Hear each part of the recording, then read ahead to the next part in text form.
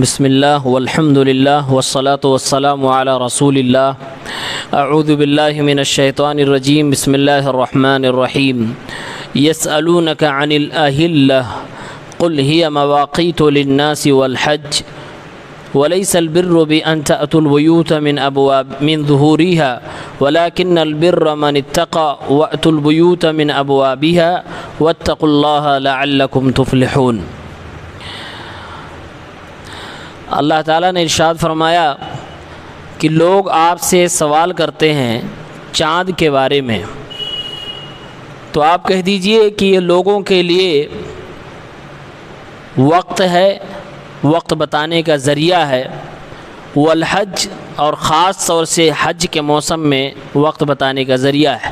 وَلَيْسَ الْبِرُّ بِأَن تَأْتُوا الْبُيُوتَ مِن ظُهُورِهَا، نیکی یہ نہیں ہے کہ تم اپنے گھروں میں پیچھے کی طرف سے آؤ، وَلَكِنَّ الْبِرَّ مَنِ اتَّقَى، بلکہ نیکی یہ ہے کہ انسان اللہ سے ڈرے۔ وَأْتُوا الْبُيُوتَ مِنْ أَبْوَابِهَا، تم اپنے گھروں میں اس کے دروازوں سے آؤ، وَاتَّقُوا اللَّهَ لَعَلَّكُمْ تُفْلِحُونَ، اللہ تعالیٰ سے ڈرو تاکہ تم لوگ کامیاب ہو جاؤ۔ یہ سورہ بقرہ کی آیت نمبر 179 ہے۔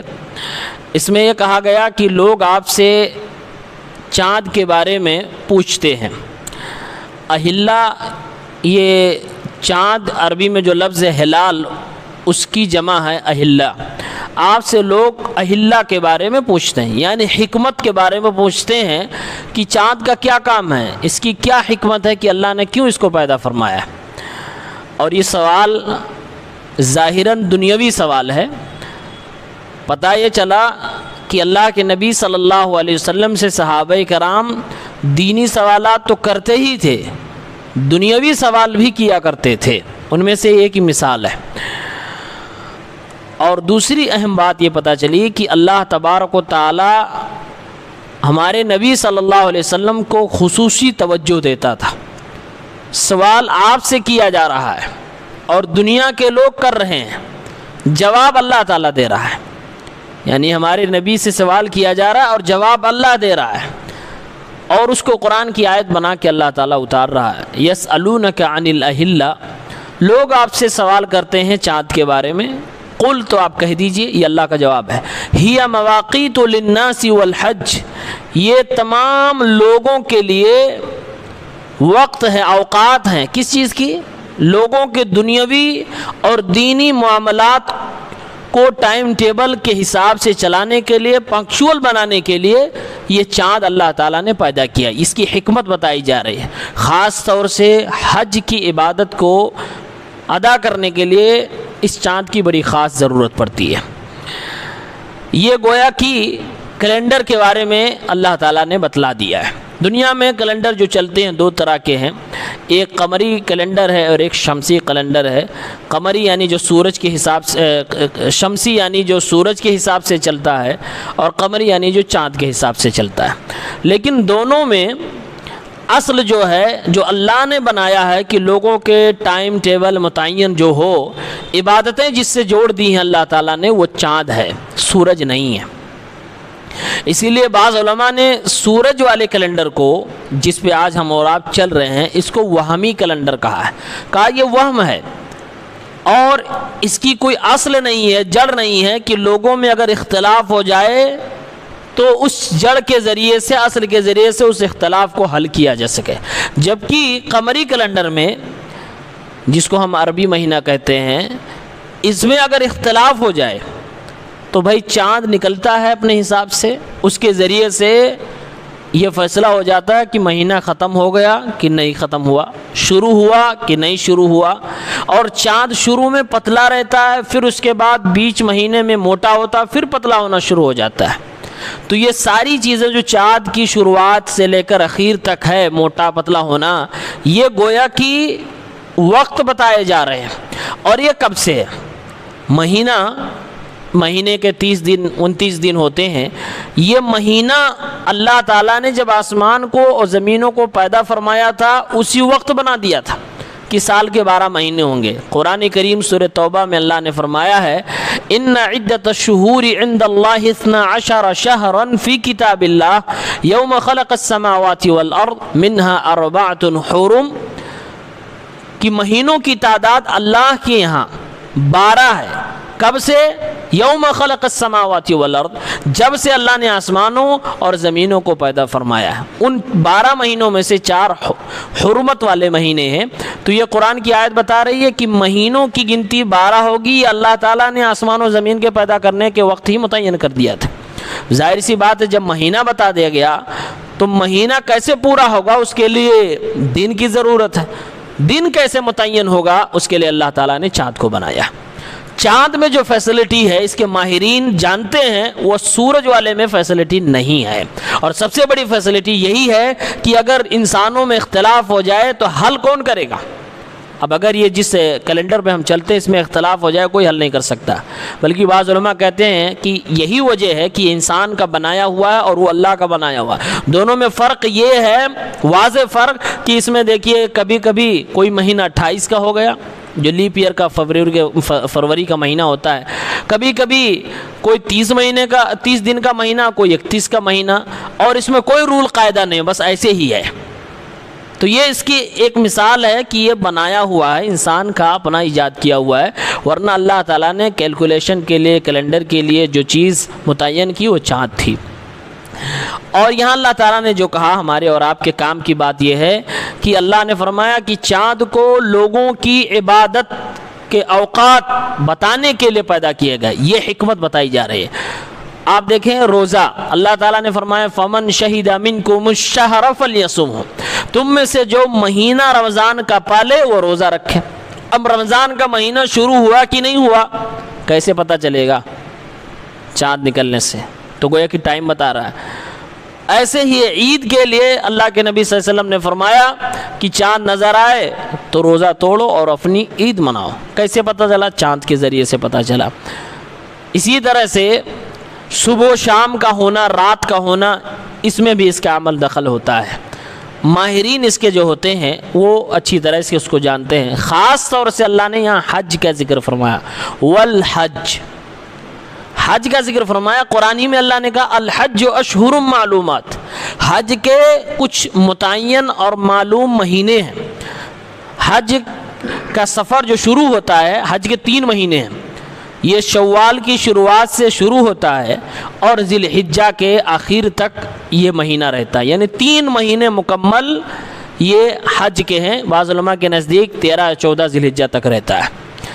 تو یہ کیسے پتہ چلے گا؟ وہ چاند کے ذریعے سے پتہ چلے گا۔ حج جو لوگ کیے ہوں گے جانتے ہوں گے، 8 تاریخ کو یوم الترویہ، 9 کو یوم عرفہ، 10 کو یوم النحر، اس کے بعد 3 دن ایام تشریق، یہ سب چاند کے حساب سے ہو رہا ہے۔ ہماری یہ ساری عبادتیں قریب قریب چاند سے جڑی ہوئی ہیں۔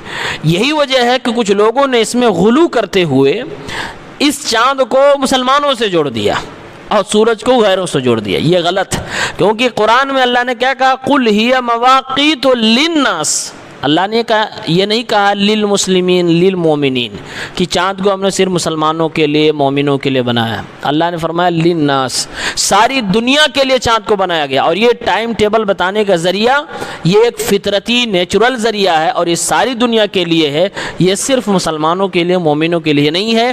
اس لیے چاند کو کسی خاص دھرم سے جوڑنا اور اس کی نشانی بتانا یہ غلط ہے۔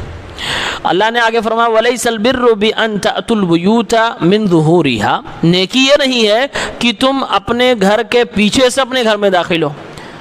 اس کا پس منظر یہ ہے کہ غالباً سوائے قریش کے اکثر عرب کے لوگ جب احرام باندھ لیتے تھے عمرے کا یا حج کا، تو یہ عمرہ کا احرام باندھنے کے بعد واپس اپنے گھر میں نہیں جاتے تھے۔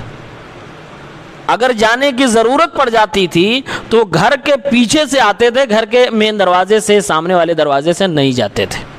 دیوار پھاند کے آتے تھے لیکن دروازے سے نہیں جاتے تھے، اور اس کو وہ عبادت سمجھتے تھے کہ اس پہ ہمیں ثواب ملتا ہے۔ تو اللہ تعالیٰ نے اسی بات کو ذکر کیا وَلَيْسَ الْبِرُّ بِأَن تَأْتُوا الْبُيُوتَ مِن ظُهُورِهَا، گھر کے پیچھے سے آنا یہ نیکی نہیں ہے، اس کو جو تم عبادت سمجھ رہے ہو یہ عبادت نہیں ہے، اس پہ ثواب نہیں ملتا۔ وَلَكِنَّ الْبِرَّ مَنِ اتَّقَىٰ، تقوی ہی اصل نیکی ہے۔ وَأْتُوا الْبُيُوتَ مِنْ أَبْوَابِهَا، اس کے دروازوں سے اپنے گھروں میں آیا کرو۔ یہاں اشارہ اللہ نے یہ دیا، دو باتیں ہمیں اور آپ کو بتائی جا رہی ہیں۔ ایک یہ کہ جس چیز کو اللہ نے عبادت نہیں کہا ہے، نہیں بتایا ہے، ہماری نیت کتنی خالص رہی، ہم کتنا ہی اس کو صحیح سمجھ رہے ہوں اور ثواب لینے کے لیے اتالے ہو رہے ہوں، اگر وہ عبادت اللہ کی نگاہ میں نہیں ہے تو کچھ بھی نہیں ملنے والا۔ یہ لوگ اس کو عبادت سمجھتے تھے اور عبادت سمجھ کے کرتے تھے اور اس کے لیے مشقت اٹھاتے تھے۔ بھائی مین دروازے سے آنا اور پیچھے سے دیوار پھاند کر آنا، دونوں میں مشکل کس میں ہے؟ دیوار پھاندنا ہے۔ لیکن اللہ تعالیٰ نے فرمایا کہ یہ نیکی نہیں ہے، نیکی وہ ہے جو اللہ تعالیٰ کے تقوی کے ساتھ ہو اور گھر کے سامنے سے آؤ، پیچھے سے نہ ہو۔ دوسری بات اللہ تعالیٰ نے یہ بتائی، آج ہم میں سے بھی بہت سارے لوگوں کو یہ سوچ یہ ہے کہ جس عبادت میں جتنا مشکل جو اٹھائے گا، جتنی مصیبت سے وہ عبادت ادا کرے گا، اتنا ہی اس کو ثواب ملے گا۔ اسی لیے میں نے کچھ جگہوں پہ دیکھا ہے کہ اے سی لگانے کی مسجد میں مخالفت کر دیتے ہیں۔